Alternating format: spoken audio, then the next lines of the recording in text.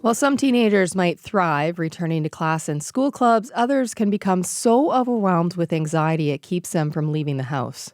As a parent, having a child who wants to avoid school might leave you feeling helpless. Maryvale is helping to help you deal with this. Maryvale is a children's mental health treatment center in Windsor, which has day programs and provides school alternatives for teenagers. Next Wednesday, it will host a free parenting workshop at St. Mark's by the Lake Anglican Church in Tecumseh. We have two guests joining us in our studio now to give you a sense of the advice they can help and offer that night.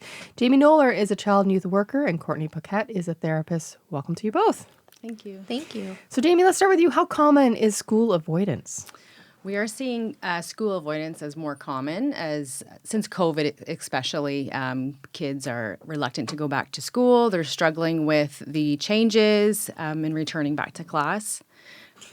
What do you believe is the root cause of that?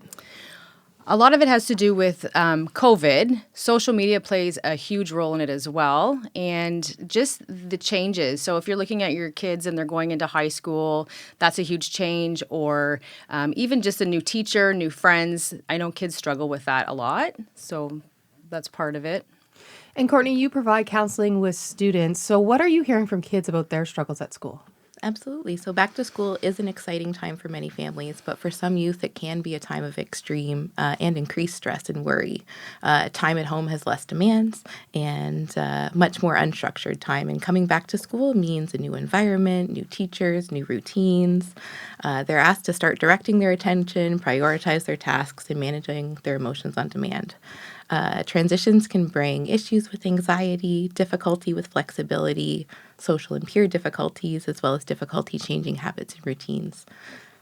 We've talked a bit about social media anxiety. I'm wondering if you expect the cell phone restrictions at schools to make any difference with kids wanting to stay away. Yeah, well, here at Maryvale, we are ahead of the curve in some respects. We do limit cell phone use within the classroom, so that's something that's been common practice because we see with distractions comes an inability to focus. So I believe the cell phone restrictions will be a very positive step.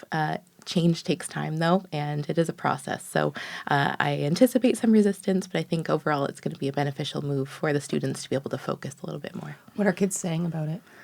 They're not happy from what I've heard. Again, change is difficult, right? They're used to having it in their pocket at all times. But I think with that transition and with the school kind of being strict about those guidelines, it's going to be a beneficial move for everybody. Courtney, I want you to walk us through some tips listeners can use if you have a teenager who is refusing to go to school. What strategies do you just suggest to use? Absolutely. So we want to make sure that there's open communication at all time with our youth and talking with our child about the reasons they don't want to go to school, considering all of the possibilities and stating them. Try to be sympathetic, supportive, understanding about why they're upset and what their concerns are. You want to brainstorm together to help your child resolve any stressful situations. We want to acknowledge that we're understanding our child's concerns, but also insist on their immediate return to school. So with instilling that routine, it's going to be for the best outcome to make sure that they're attending every day. Let your child know that school attendance is required by law. So they will likely continue to put pressure on you to stay home, but we want to stay focused on getting our child back to school. And then discussing avoidance with the school staff. So talking to learning support teachers, the guidance department, letting them know about the struggles you're experiencing.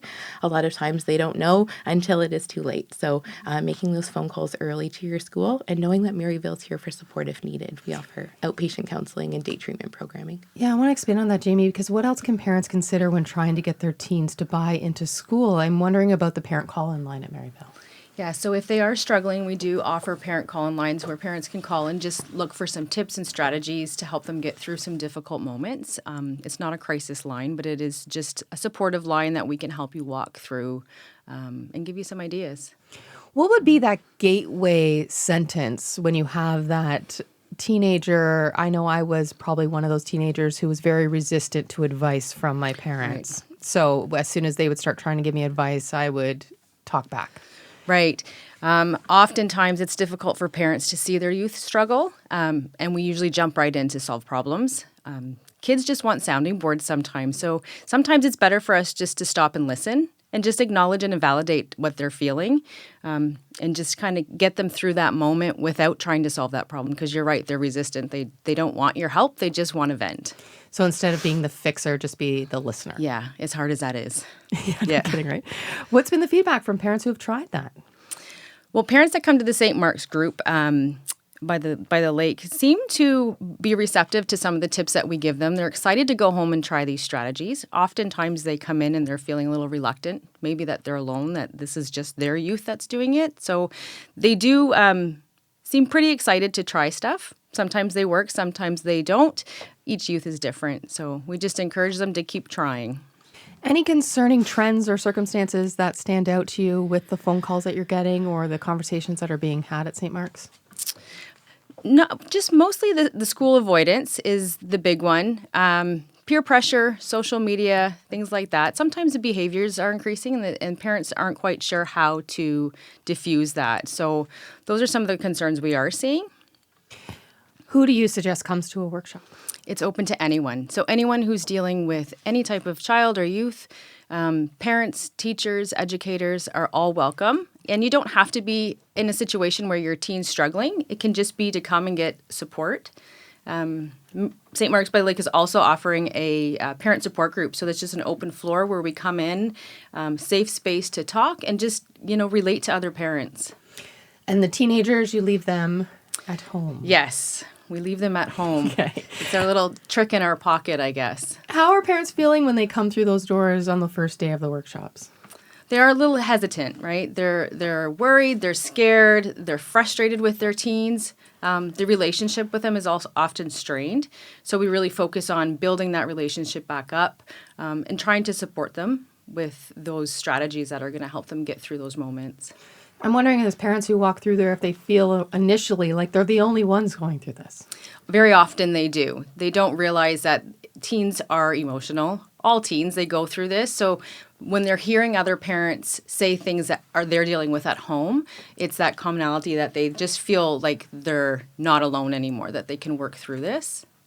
What do you say to parents when they're in that state where they think that they're the only one or they think this is just normal, it will pass? What's sort of that advice or thoughts you give to them to sort of get them to keep going? Just to remind them that it's a difficult time for them, but with patience and consistency and routine, things do get better. It gets easier. Sometimes it's harder at first, but just focused on getting through that moment and letting them know that it will pass with the consistency. All right. Thank you so much for coming in this morning. I know this is early morning for you guys, so I appreciate you starting here. Jamie Knoller is a child and youth worker, and Courtney Paquette is a therapist at Maryvale. Programs at Maryvale are aimed to kids between the ages of 12 to 17. The workshop for parents is next Wednesday, September 25th from 7 until 8:30 at St. Mark's by the Lake Anglican Church in Tecumseh.